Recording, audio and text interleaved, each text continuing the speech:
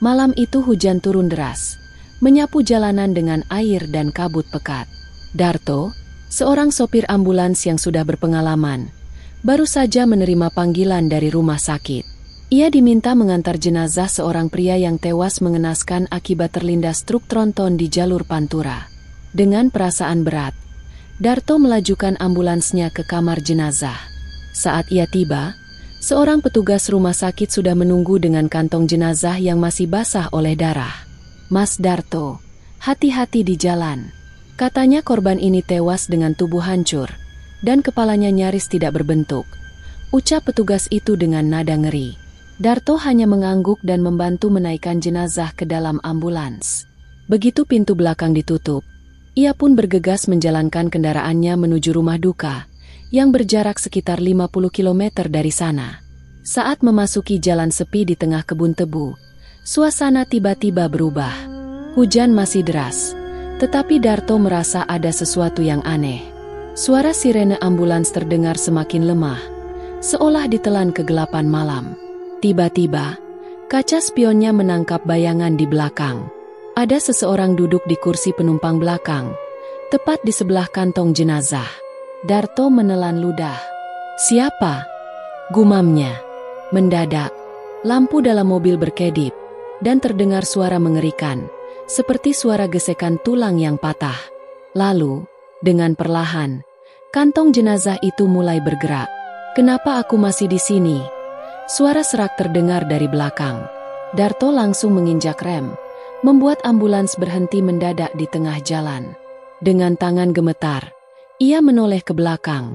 Kantong jenazah itu kini terbuka sedikit, dan dari celahnya, terlihat sepasang mata merah menatapnya tajam. Darto berteriak dan mencoba membuka pintu untuk kabur, tetapi tiba-tiba ambulansnya bergerak sendiri. Mesin meraung, kecepatan meningkat, dan setir terasa seperti dikendalikan oleh sesuatu yang tak kasat mata. Di luar, jalanan mulai berubah. Rumah-rumah menghilang, lampu jalan redup, dan Darto sadar bahwa ia sedang melaju di jalan yang asing. Tiba-tiba, suara keras terdengar dari belakang, seperti sesuatu merangkak di dalam ambulans. Darto menoleh sekilas dan melihat sosok hancur dengan kepala nyaris hilang, merayap ke arahnya dengan tangan patah terjulur. "Antarkan aku pulang." Suara itu berbisik tepat di telinganya. Darto berteriak dan menutup matanya sejenak. Saat ia membuka mata kembali, ia sudah berada di depan rumah duka. Ambulansnya berhenti dengan sendirinya. Hujan telah reda, dan suasana kembali normal. Dengan tubuh gemetar, Darto menoleh ke belakang. Kantong jenazah itu masih tertutup rapat, seakan tidak pernah terbuka. Petugas rumah duka datang dan membantunya menurunkan jenazah. Saat petugas membuka kantong jenazah, mereka semua terkejut. Mayat di dalamnya tersenyum lebar, seolah puas telah diantar pulang. Sejak malam itu, Darto tak pernah lagi mau mengemudikan ambulans sendirian di malam hari. Setelah kejadian mengerikan malam itu, Darto memutuskan untuk berhenti menjadi sopir ambulans malam hari. Ia masih bisa merasakan tatapan mengerikan dari jenazah yang tersenyum di dalam kantong mayat. Tapi, hidup harus terus berjalan, dan kebutuhan ekonomi memaksanya kembali bekerja. Namun, ada yang berubah sejak malam itu. Setiap kali Darto mengemudi sendirian, ia merasa seperti ada yang mengawasinya dari kursi belakang. Terkadang, kaca spion menangkap bayangan samar. Sesekali, ia mendengar bisikan lirih di telinganya. "Antarkan aku pulang." Pada suatu malam, Darto mendapat tugas mendadak, mengantar seorang jenazah ke desa terpencil yang berada di perbatasan kota. Ia mencoba menolak, tetapi tidak ada sopir lain yang bisa menggantikannya. Dengan berat hati, ia pun berangkat. Malam itu langit mendung, tanpa bintang. Jalanan sepi dan gelap, hanya diterangi lampu redup dari ambulansnya. Namun, begitu ia memasuki jalan yang sama dengan malam kejadian sebelumnya, bulu kuduknya berdiri. Tap, tap, tap. Darto mendengar suara langkah kaki di atap ambulans. Ia menelan ludah dan menginjak gas lebih dalam. Kecepatan meningkat, tetapi suara itu tidak menghilang. Lalu, kaca spionnya mulai berembun dengan sendirinya. Perlahan, Tulisan muncul di kaca, seolah ada tangan tak terlihat yang menuliskannya dari dalam. "Kenapa aku masih di sini?" Darto langsung menoleh ke belakang, dan jantungnya hampir berhenti berdetak. Kantong jenazah di belakang bergerak, bukan sedikit, tapi seperti ada sesuatu yang mencoba keluar. "Antarkan aku pulang." Suara serak itu kembali terdengar. Kali ini lebih dekat. Darto panik. Ia menekan tombol sirene, berharap suara bising bisa mengusir teror itu. Tapi, sirene malah mengeluarkan suara aneh.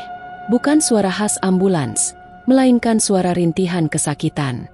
Tiba-tiba, setir ambulans terasa berat, seakan ada sesuatu yang mengendalikannya. Darto mencoba melawan, tetapi kendaraannya membelok sendiri ke jalan kecil yang gelap. Di ujung jalan, samar-samar terlihat sesosok berdiri di tengah aspal. Sosok itu mengenakan pakaian sobek dan berlumuran darah, persis seperti deskripsi jenazah yang ia antar malam itu. Kepala sosok itu miring tak wajar, dengan bagian wajahnya hancur mengerikan. Darto menekan rem sekuat tenaga. Ambulans berhenti tepat di depan sosok tersebut. "Hening!" Lalu, dengan suara yang memecah keheningan, sosok itu mengangkat tangannya yang patah dan menunjuk ke belakang ambulans.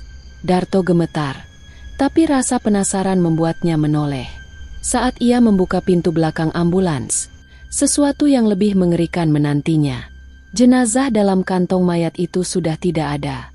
Kantong itu kosong. Darto menatap ke dalam ambulans dengan napas tercekat, lalu perlahan menoleh kembali ke depan.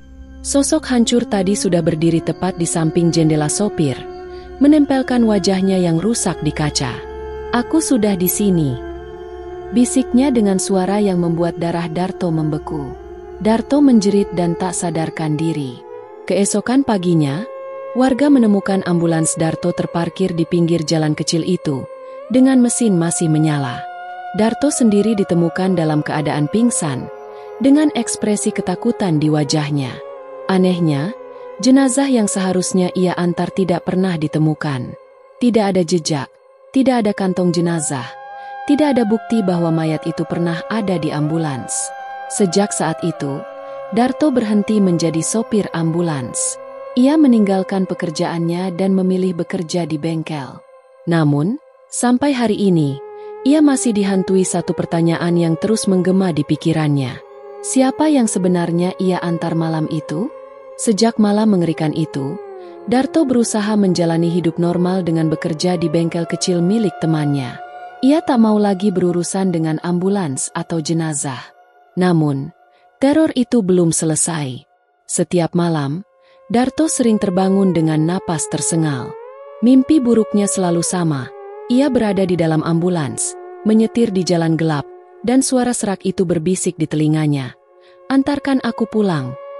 Awalnya, ia mengira itu hanya trauma. Tapi, beberapa kejadian aneh mulai terjadi. Suatu malam, saat ia sedang menutup bengkel, ia mendengar suara sirene ambulans di kejauhan. Darto mendongak, tapi jalanan sepi. Tidak ada kendaraan sama sekali. Ketika ia masuk ke dalam rumah, napasnya terhenti. Di atas meja ada sesuatu yang seharusnya tidak ada. Sebuah kantong jenazah. Darto mundur ketakutan. Kantong itu diam, tetapi terasa seperti ada sesuatu di dalamnya. Dengan tangan gemetar, ia perlahan mendekati benda itu. Tiba-tiba, kantong jenazah itu bergoyang. Darto terjatuh ke belakang. Suara seret terdengar dari dalam kantong, seperti sesuatu yang berusaha keluar. Krak! Kantong itu robek. Dari dalamnya, sebuah tangan penuh darah merayap keluar. Darto menjerit dan berlari keluar rumah. Tapi, begitu ia membuka pintu, ia membeku. Di depan rumahnya, ambulans yang dulu ia kendarai terparkir dengan mesin menyala. Pintu belakang terbuka lebar, seolah menunggunya masuk. Dan di belakang kemudi, ada seseorang. Sosok itu mengenakan seragam sopir ambulans yang lusuh dan berlumuran darah. Kepalanya tertunduk, tetapi perlahan-lahan ia mengangkat wajahnya, menunjukkan wajah hancur dengan mata kosong menatap Darto. "Ayo, waktumu sudah tiba," bisiknya dengan suara yang mengerikan. Darto berlari sekencang mungkin, meninggalkan rumahnya tanpa menoleh. Segitiga merah mengarah ke bawah, segitiga merah mengarah ke bawah, segitiga merah mengarah ke bawah. Keesokan paginya, warga menemukan rumah Darto dalam keadaan kosong. Tidak ada tanda-tanda keberadaannya. Satu-satunya petunjuk yang tersisa adalah bekas roda ambulans di depan rumahnya dan sebuah kantong jenazah kosong yang tergeletak di lantai. Tak ada yang tahu kemana Darto menghilang. Namun, beberapa minggu kemudian, sebuah laporan menggemparkan warga. Di jalanan sepi tempat Darto biasa mengemudi, beberapa orang mengaku melihat ambulans tua melaju perlahan di tengah malam, tanpa pengemudi. Dan jika seseorang mendekatinya, mereka bisa mendengar suara bisikan dari dalam, "Antarkan aku pulang."